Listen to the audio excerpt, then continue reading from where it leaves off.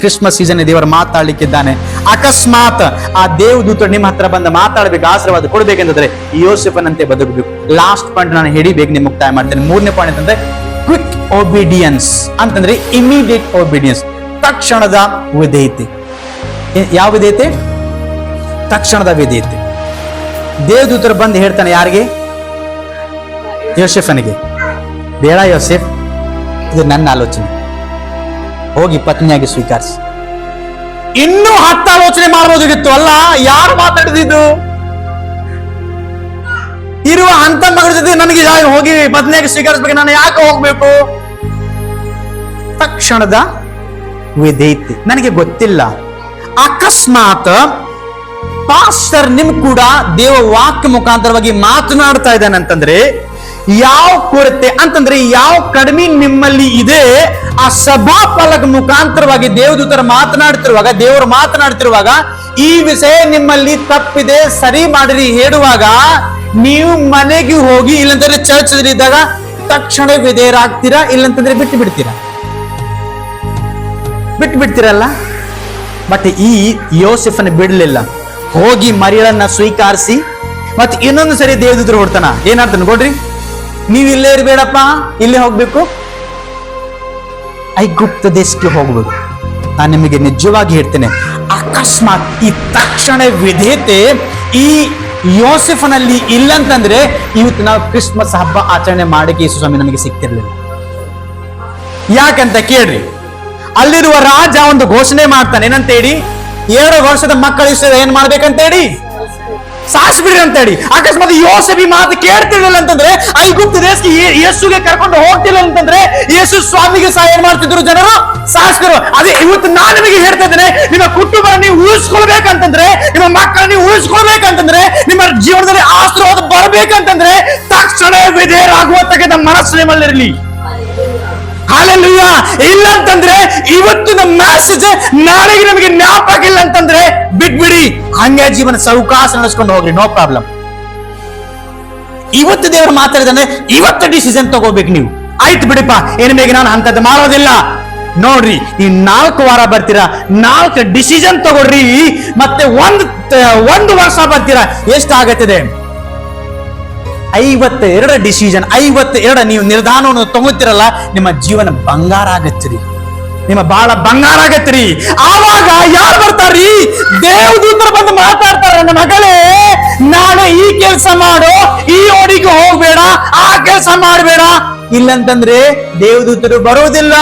ಯಾವ ಮಾತು ಸೈತಾನ್ ದೂತ ಬರ್ತಾನ್ರಿ. ಇವತ್ತು ನಿಮಗೆ ಒಂದು ಟೈಮ್ ಇದೆ, ಒಂದು ಅವಕಾಶ ಇದೆ, ಒಂದು ಆಲೋಚನೆಯನ್ನು ನೀವು ಮಾಡ್ಬೇಕ್ರಿ. ಇಲ್ಲಂತಂದ್ರೆ ಆಲೋಚನೆ ಕ್ವಿಕ್ ವಿಧೇಯ ನೀವು ಆಗೋದಿಲ್ಲ ಅಂತಂದ್ರೆ, ನಿಮ್ಮಲ್ಲಿ ಇಮಿಡಿಯೇಟ್ಲಿ ಕ್ಷಣದಲ್ಲಿ ವಿಧೇಯತೆ ನಿಮ್ಮಲ್ಲಿ ಇಲ್ಲ ಅಂತಂದ್ರೆ ಏನ್ ಮಾಡಿ? ಕೆಲವೊಬ್ಬರು ಏನ್ ನೋಡ್ರಿ, ನನಗೆ ಆಶೀರ್ವಾದ ಬರಲಿ ಆಮೇಲೆ ಬಾಪ್ಟಿಸಮ್ ತಗೋತೇನೆ, ಕೆಲವೊಬ್ಬರು ತಗೋತೀರಿ ನನಗೆ ಪೂರಾ ಬಿಡುಗಡೆ ಆಗ್ಲಿ ಆಮೇಲೆ ನಾನು ಮೂರ್ತಿ ಪೂಜೆ ಬಿಡ್ತೇನೆ, ಕೆಲವು ಪೂರಾ ಬಿಡುಗಡೆ ಆಗ್ಲಿ ಆಮೇಲೆ ಮಾಟ ಮತ್ತೆ ಮಾಡಿಸೋದು ಬಿಡ್ತೇನೆ. ಇನ್ನು ಎಲ್ಲೇ ಬರ್ತದೆ ಅಲ್ಲೇ ಹೋಗ್ತಾರೆ, ಅಲ್ಲೇ ಬರ್ತಾರೆ.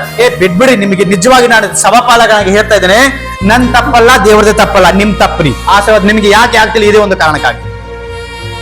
ಕ್ಷಣದ ತಕ್ಷಣ ವಿಧೇಯತೆ ನಿಮ್ಮಲ್ಲಿ ಇಲ್ಲ ಅಂತಂದ್ರೆ ಆಶೀರ್ವಾದ ನಿಮಗೆ ಸಿಗೋದಿಲ್ಲ.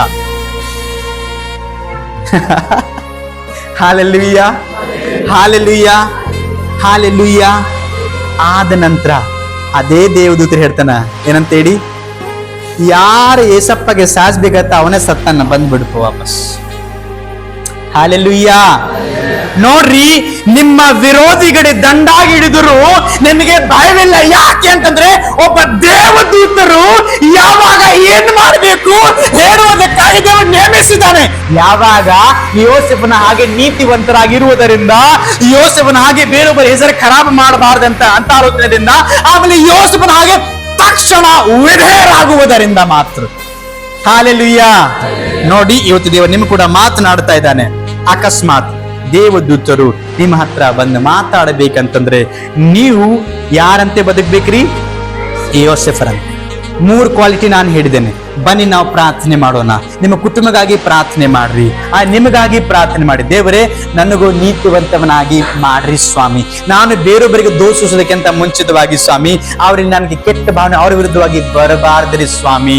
ಆಮೇಲೆ ನಾನು ಬೇರೊಬ್ಬರ ಜೀವನವನ್ನು ನಾನು ಖರಾಬ್ ಮಾಡಬಾರ್ದು ಅಂತೇಳಿ. ಆಮೇಲೆ ಸ್ವಾಮಿ, ನಿನ್ನ ಸಭಾಪಾಲಕ ಮುಖಾಂತರವಾಗಿ ನನಗೆ ಏನು ಮಾತಾಡ್ತೀನಿ ತಕ್ಷಣ ನಾನು ಡಿಸಿಷನ್ ತಗೊಂಡು ನಿರ್ಧಾರ ತಗೊಂಡು ಅದಕ್ಕೆ ತಕ್ಕಂತೆ ನಡೆಯತಕ್ಕಂಥ ಮಗಳಾಗಿ ನನ್ನನ್ನ ಮಾರ್ಪಡಿಸ್ರಿ.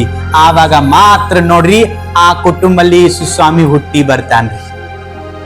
ಹಲ್ಲೆಲೂಯಾ ಅಂದಿಲ್ಲ, ಹಲ್ಲೆಲೂಯಾ ಅಂದಿಲ್ಲ. ಯೋಸೆಫ ಕುಟುಂಬಲ್ಲಿ ಯೇಸು ಸ್ವಾಮಿ ಹುಟ್ಟಿ ಬರ್ಬೇಕಂತಂದ್ರೆ ಕಾರಣ ಇದೆ 3. ಏನಂತ ಹೇಳಿ?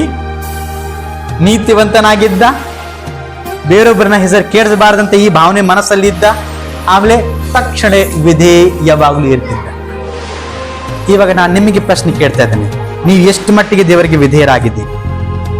ನೀವೇನ ತಯಾರಿದ್ರಿ? ನಿಮ್ಮನ್ನ ಸಿದ್ಧ ಮಾಡಿಕೊಡ್ರಿ. ಇವತ್ತು ದೇವರೇ, ನಾನು ಸಹ ನನ್ನ ಕುಟುಂಬದಲ್ಲಿ ಸಹ ನೀನು ಹುಟ್ಟಿ ಬರಬೇಕು, ಓದುವಾರದ ಮೆಸೇಜ್ ಅಂತಂದ್ರೆ ಯೋಸೆಫನ ಹಾಗೆ ನಾನು ನೀವು ಬದುಕಬೇಕಾಗುತ್ತೆ.